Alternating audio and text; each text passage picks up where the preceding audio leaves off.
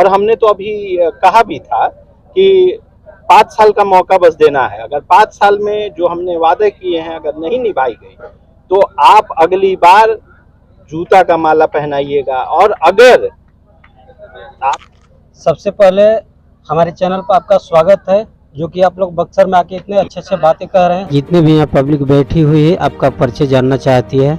मेरा नाम अभिषेक सांकृत है। यहाँ मैं अपने चुनाव आयोजन समिति के सदस्य के रूप में जिम्मेदारियों को निभाने आया हूँ और मैं प्रदेश कार्य समिति सदस्य भी हूँ जनसुराज। अगर आपकी पार्टी जीत जाती है तो सर्वप्रथम जनता के लिए क्या कार्य करेगी? देखिए, हमारे 5 मुद्दे हैं तो उन 5 मुद्दों पे काम होगी। लेकिन जैसा कि प्रशांत किशोर जी ने पहले ही बताया है, हमारे नेता का जो निर्णय है उसी के साथ हम लोग खड़े हैं। सबसे पहले तो हम लोग शराबबंदी को हटाएंगे, पहला निर्णय ये होगा।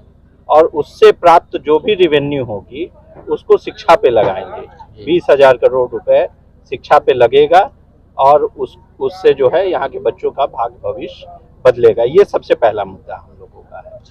जी सर, कहीं ऐसा तो नहीं होगा कि जैसे कि अदर पार्टियां जीत जाती है अपने वादे करके भूल जाती है, आपकी पार्टियां अगर सत्ता में आए तो वही वादे करके भूल जाए? देखिए, अगर हम भूलना होगा हमें तो हम अभी तो आपको कहेंगे नहीं कि ना। बहुत सारी पार्टियां आती है, वादा करती है, जीत भी जाती है, लेकिन जनता के तरफ से अपना मुख मोड़ लेती है। आप ठीक कह रहे हैं, आज तक यही होता आया है। और हमको भी भूलना होगा तो हम आपके माइक पे तो कहेंगे नहीं कि ना हम भूल जाएंगे। तो देखिए, सिंपल सी बात है, हम लोग जो हैं यहाँ कार्य करने आए हैं। प्रशांत किशोर जी अपना सब कुछ छोड़कर यहाँ पे आए हैं, गाँव गाँव घूम रहे हैं, तो भूलने के लिए नहीं आए हैं, सत्ता भोग के लिए नहीं आए। अभिषेक सांकृत भी अपना बहुत कुछ छोड़कर यहाँ के गाँव गाँव घूम रहे हैं, तो सत्ता भोग के लिए नहीं आए हैं। निश्चित तौर पे हमारे जो भाई बहन उनको जो कष्ट है उसको दूर करने हम लोग आए हैं। तो जिस दिन हमारी सरकार आएगी उसके अगले दिन से हम लोग लग जाएंगे कि ये जो कष्ट है यहाँ के लोगों की उसको कैसे दूर करें।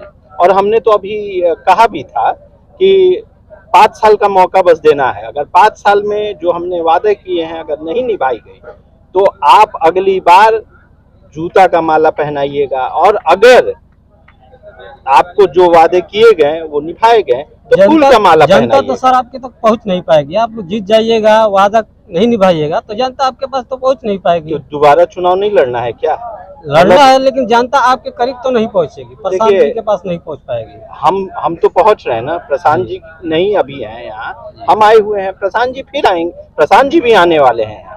तो ऐसा नहीं है कि जनता नहीं पहुंच पाएगी। प्रशांत जी के इर्द गिर्द कोई बाउंसर या कोई पुलिस का कर्मी देखते हैं, उन्हीं के पास जनता आसानी से पहुंचती है। बाकी नेताओं के इर्द गिर्द देखिए ना कितना मार सिक्योरिटी रहता है। तो ऐसी बात नहीं है। हम लोग देखिए, राजनीति में अगर हम लोग अवेलेबल हैं तो ऐसा नहीं है कि इस बार के बाद हम लोग गायब हो जाएंगे।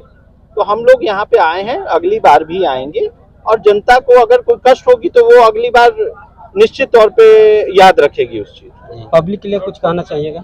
पब्लिक से यही हम निवेदन करेंगे कि अभी तक उन्होंने 35 सालों तक आरजेडी, जेडीयू, बीजेपी सबको मौका दिया है, अन्य मुद्दों पे दिया है और लगभग उन मुद्दों पे कार्य हुआ है। शिक्षा के मुद्दों पे किसी ने आज तक किसी भी पार्टी को वोट नहीं दिया है। शिक्षा सीधे उनके बच्चों से जुड़ा हुआ है और उनका बच्चा अगर आईपीएस, आईएएस बन जाता है, डॉक्टर, इंजीनियर बन जाता है तो उनका भाग्य भविष्य बदलेगा, नेता नहीं बदलता है। तो अगली बार जब भी आप चुनाव में जाएं तो अपने बच्चे के चेहरे को देख के जाएं, अपने परिवार के भाग्य भविष्य को बदलने के देख कर जाएं। लालू जी के परिवार के भाग्य भविष्य को बदलने को देखकर ना जाएं, अन्यथा आपको लालू जी का बेटा मुख्यमंत्री के रूप में मिल जाएगा और आपका बेटा वही चरवाहा रह जाएगा, आपका बेटा वही रोड गली नली साफ करते रह जाएगा और आपका बेटा कभी डीएम एसपी नहीं बन पाएगा। तो अपने बेटे के लिए वोट करिए और अपने बेटे के लिए जो करना है वो जरूर करिए। बहुत बहुत धन्यवाद सर।